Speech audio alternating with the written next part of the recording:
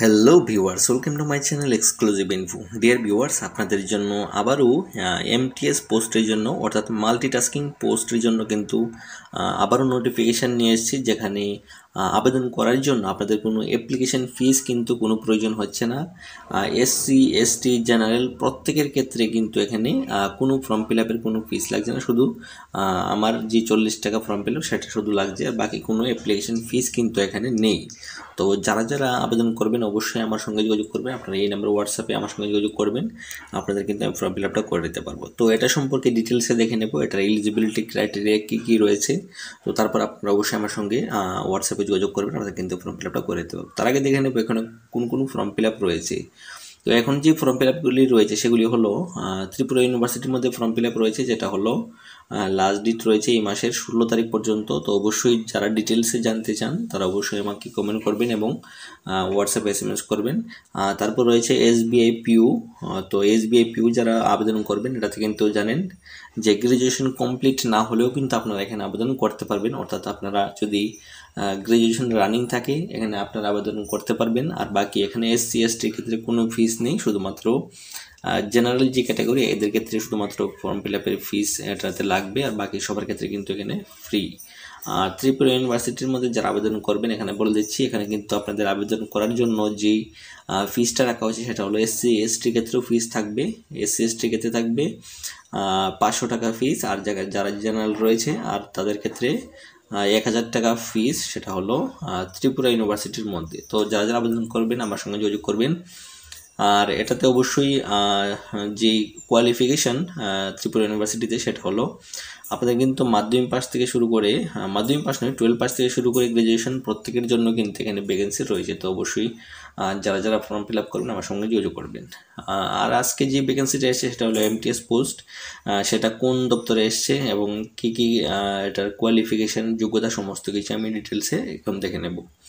তো এখন যে ভ্যাকেন্সিটা আসছে অর্থাৎ আজকের ভিডিওতে আমি আলোচনা করব DGA-FMS এর মধ্যে, সেটা হলো director general of arm force, যেটাতে অনেকগুলি পোস্ট রয়েছে, ভেরিয়াস পোস্ট কিন্তু নেওয়া হবে। সেখানে মাধ্যমিক পাস থেকে শুরু করে আদার্স কোয়ালিফিকেশানও কিন্তু রয়েছে। তো তার আগে দেখে নেব এটার যে গুরুত্বপূর্ণ যে তারিখগুলি। তো দেখুন এটাতে যে নোটিফিকেশানটা এসেছে সেটা হলো 1 জানুয়ারিতে এটা নোটিফিকেশানটা এসছে, এবং এটাতে যে অ্যাপ্লাই স্টার্ট অর্থাৎ অনলাইন আবেদনের যে স্টার্ট হয়েছে সেটা হলো 7 জানুয়ারি 2025 থেকে, লাস্ট ডেট থাকবে 6 ফেব্রুয়ারি 2025 পর্যন্ত। তো এর মধ্যে কিন্তু আপনাদের আবেদন করতে হবে। আর এটার যে এক্সাম ফিস সেটা কিন্তু 6 তারিখের মধ্যে আপনাদের দিতে হবে। আর বাকি এটা যে এক্সাম ফিস নয়, কারণ এটাতে DGA-FMS এর মধ্যে আবেদন করার জন্য কারোর ক্ষেত্রে কিন্তু এখানে কোনো ফিস লাগবে না। তো এটা একটু মুছে দিচ্ছি আমি। আর বাকি এটা যে এক্সাম ডেট সেটা কিন্তু ফেব্রুয়ারি অথবা মার্চের মধ্যে আপনাদের পরীক্ষাটা হয়ে যাবে, এবং অ্যাডমিট কার্ডটা পরীক্ষার ডেটের অবশ্যই 4 থেকে 5 দিনের মধ্যে কিন্তু আপনাদের ডাউনলোড করে নিতে হবে। এটা নোটিফিকেশানটা পরবর্তী সময় দিয়ে দেওয়া হবে। আর বাকি এটা যে এজ লিমিটটা অবশ্যই যেটা খুবই গুরুত্বপূর্ণ, সেটা হলো মিনিমাম এজ আপনাদের কিন্তু 18 বছর হতে হবে, আর ম্যাক্সিমাম এজ সেটা হলো 27 ইয়ার্স। আর বাকি এজ রিল্যাক্সেশন যেটা রয়েছে সেটা হলো এজ পার রেজলিউশন যেটা রয়েছে অ্যাকর্ডিং টু DGA-FMS এর, আপনারা কিন্তু বয়সের ছাড়টা অবশ্যই পেয়ে যাবেন। আর বাকি এটাতে যে কোয়ালিফিকেশান সেটা আমি দেখে নেব। তো সবার প্রথমে দেখব এখানে কি কি পোস্ট রয়েছে আর কি কোয়ালিফিকেশান রয়েছে। তো দেখুন এখানে MTS পোস্ট রয়েছে, সেটার ক্ষেত্রে কোয়ালিফিকেশান হলো শুধু ম্যাট্রিকুলেশন। আপনি যদি শুধু মাধ্যমিক পাস করে থাকেন তাহলে কিন্তু আপনি এই মাল্টিটাস্কিং পোস্টে আবেদন করতে পারবেন। তারপর রয়েছে এখানে ট্রেডসম্যান পদ রয়েছে, এখানে আপনি আবেদন করতে পারবেন। তারপর রয়েছে ওয়াশারম্যান রয়েছে, সেখানে matriculation pass with proficiency in the washing trade আপনাদের অবশ্যই লাগবে। আর বাকি আপনাদের অবশ্যই যারা যারা কুকের মধ্যে আবেদন করবেন তারা আবেদন করতে পারবেন। তারপর রয়েছে যারা যারা স্টোর কিপার পোস্ট আবেদন করবেন তাদের কিন্তু অবশ্যই 12 পাস হতে হবে, আর সঙ্গে এক্সপিরিয়েন্স সার্টিফিকেট লাগবে। আর যারা যারা অ্যাকাউন্টিং স্টেনোগ্রাফার পোস্ট রয়েছে, যারা স্টেনোগ্রাফি করে রেখেছেন তারা আবেদন করতে পারবেন। আর যারা যারা LDC পোস্ট আবেদন করবেন অবশ্যই আপনাদের কিন্তু 12 পাস, আর সঙ্গে অবশ্যই আপনাদের যে কম্পিউটার সার্টিফিকেট অর্থাৎ টাইপিং সার্টিফিকেট সেটা কিন্তু আপনাদের প্রয়োজন হবে।